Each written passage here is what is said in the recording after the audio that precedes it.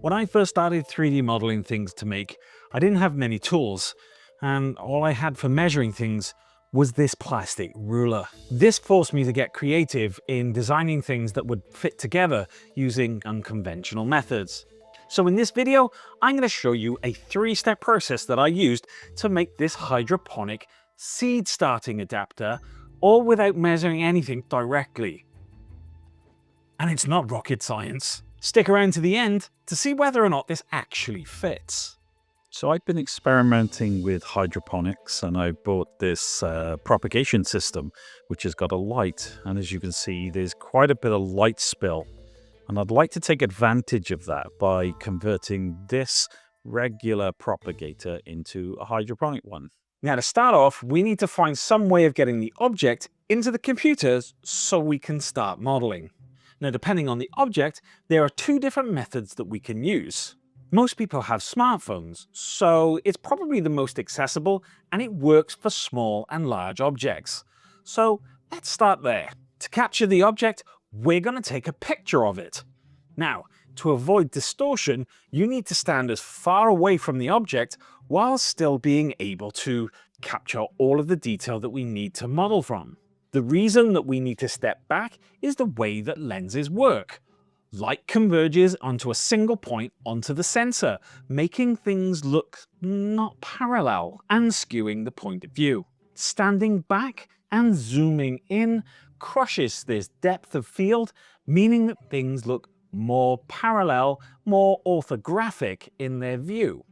It's also important to try and stay as square on to the object as possible so that you're not looking at it at an angle and not capturing its full features in the perspective that you need. Now here's the secret sauce. Place something in the image that you know its size or is a measuring device of its own, say for example a measuring tape, because measuring tapes can extend to several meters. Just be sure that you can still see the graduations on the measuring device so you can use this later on, and it's what's going to make this process work. If you're really stuck, find something lying around that you know the exact size of. For example, for small objects you could use coins or a paper money note. These are standard sizes and you can search online for their dimensions. Remember, the larger the object we are using to measure in the picture, the better it's going to be, as it's going to reduce the amount of error that we're going to see as we calibrate the image. The second method is more appropriate for smaller objects, where it's difficult to stand back and zoom in and still capture all of the fine detail that you need to model from.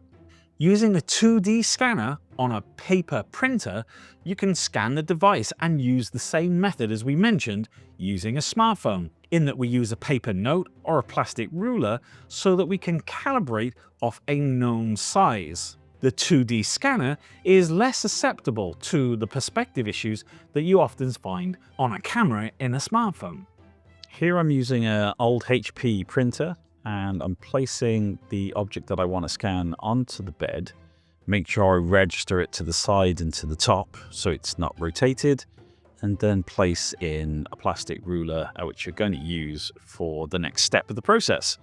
Then we hit the preview button in the Windows Scan tool, and that gives us a view. If you need to modify it or if you need to change things up, this gives you an opportunity before you're happy, and then click the scan button.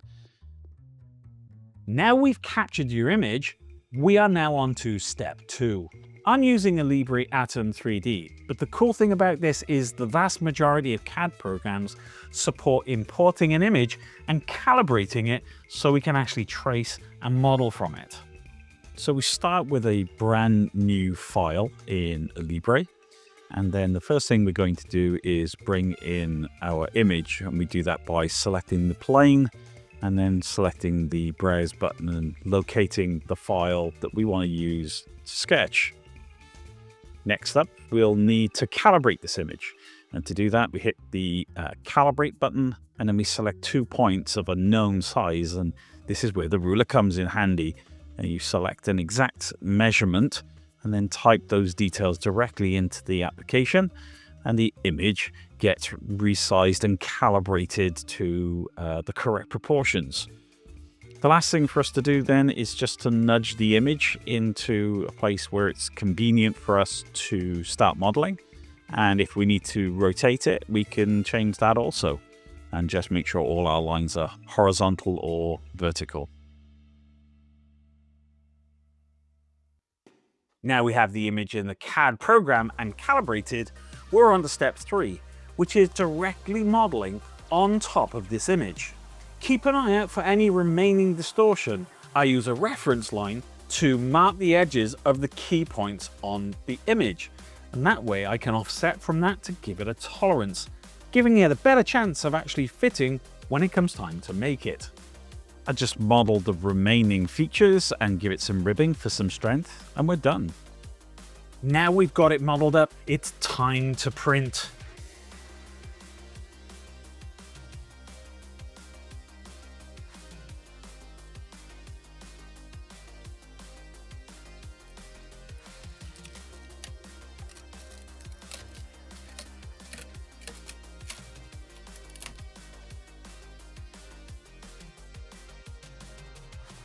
Now for the all-important question, will it fit? And this is the moment of truth. And it fits. Best of all, it receives the seed pods nice and cleanly, so we can make use of this within our hydroponic system and make use of all of that overspill from the light above. This is going to make a great addition. Now you can see you can absolutely model things without specialist measuring equipment.